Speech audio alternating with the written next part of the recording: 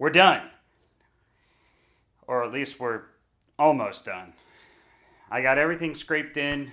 It was a lot of work. Hey, yeah, when they say that it's a lot of work, that's what they mean. It's a lot of freaking work. We got the table all scraped in.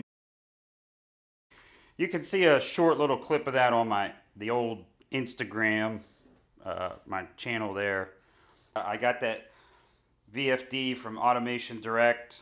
No association with them, but excellent customer service, and those are such a breeze to hook up.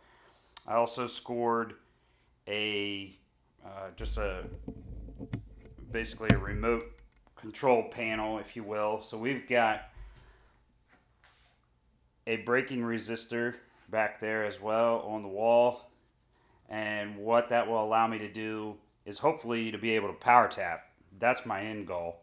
This is 3/4 bar stock, and I drilled a hole in the bar stock on the bottom to accept the 2 bolts from the base of the machine. I also have a small piece of steel on the floor to act as a pad, and this bolt, it's my dog. Come on, Waylon, get out of there. Get out of there. I've got these as my adjustments for the machine. I also put in these roller bearings. This idea is not my own idea. It's another one I got off the internet, the good old internet.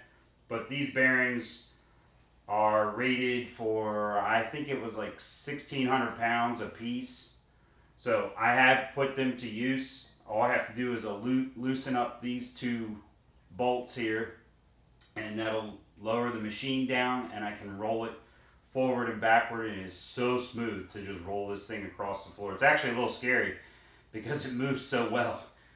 One of the first jobs that I did is I took some junk steel here and I made up these 3 pieces, which allow me to have the gears for the table feed. It was a little bit of work. It's not pretty, but it does work very, very well.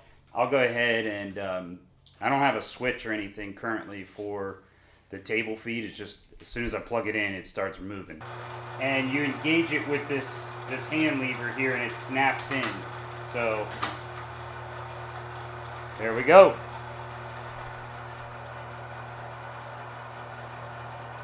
Works like a charm. Currently, my only direction is left to right. And the moment I want to disengage it, you just press that and it stops. If you're thinking about scraping a machine like this and you don't have experience like me, like you're total newbie with it, I highly suggest that you have a huge block of time off, because your mind stays in the game with it, and that muscle memory thing kind of comes into play. So as you're sitting there working on it day after day, you do speed up. By the time I got to the table, I knew, like, it just started to click on finding that, in my case, the top center, the top of the table and the center of the table it was bowed like this. So I had to get that center down as fast as possible. And it was just things flew by the time I got to that stage. I was so comfortable with that cheapo power scraper. And let me just point this out. This machine was scraped with this and a hand scraper as well. You've got to have something that's powered. You'll be forever doing it by hand. There's no way I would have sat there and hand scraped the top of that table, or the bottom of it for that matter. You gotta make one of these, or you gotta buy a proper power scraper. A proper power scraper, I am sure, would be dramatically faster.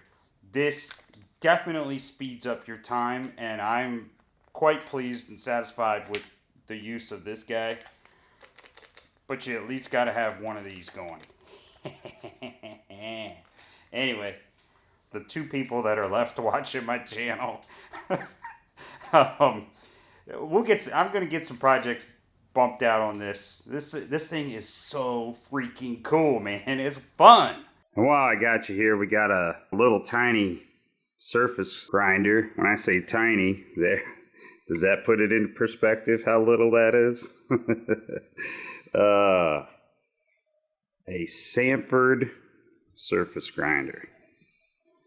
It's a neat little machine, and there's the motor.